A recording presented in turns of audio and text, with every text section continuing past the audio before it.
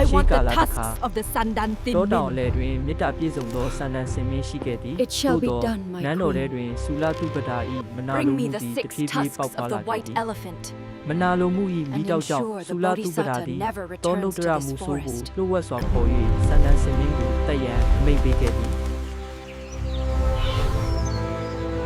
မူဆိုးသည်အမိန့်ကိုလိုက်နာ၍အန္တရာယ်များပြည့်နှက်သောတောနက်ထဲသို့တယောက်တည်းခရီးစတင်ခဲ့သည်တောအလယ်တွင်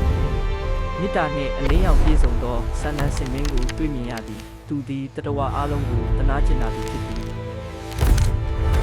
တောနုတ္တရမူဆိုးသည်လက်နက်ကိုတင်၍ပြည်ရန်ပြင်ဆင်နေခြင်းတွင်စိတ်ထဲတွင်မယုံကြည်နိုင်သောတုန်လှုပ်မှုတစ်ခုဖြစ်ပေါ်လာခဲ့သည်ဆန္ဒဆင်မင်းသည်ကြောက်ရွံ့ခြင်းမရှိဘဲမေတ္တာပြည့်စုံသောမျက်လုံးဖြင့်မူဆိုးကိုကြည့်ရှုခဲ့သည်အဲ့ဒီအချိန်တွင်မူဆိုး၏နှလုံးသားသည်ပြောင်းလဲစတင်ခဲ့သည်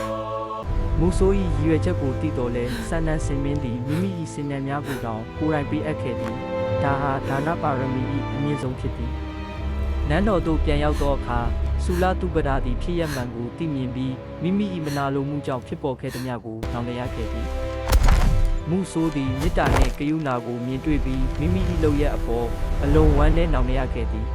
ဤဇတ်တော်သည်ကျွန်ုပ်တို့အားမနာလိုမှုသည်ဒုက္ခကိုဖြစ်စေပြီးမေတ္တာနှင့်ဒါနသည်အလုံးကိုအနိုင်ယူနိုင်ကြောင်းသင်ပေးနေသည်စတိုရီလေးကိုကြိုက်ရင် like ကလေးပေးခဲ့ I want the ဘ tusks လိုကာတွန်းတွေကြိုက်လဲ comment မှာရေးထားခဲ့ပါအောင်ကျွန်တော်ကတော့ 3D ကာတွန်းတင်ဆက်သူစမ်းဝင်းထွန်းဖြစ်ပါတယ်ခင်ဗျာပရိသတ်အားလုံးစိတ်နှလုံးအေးချမ်းသာရရှိပါစေ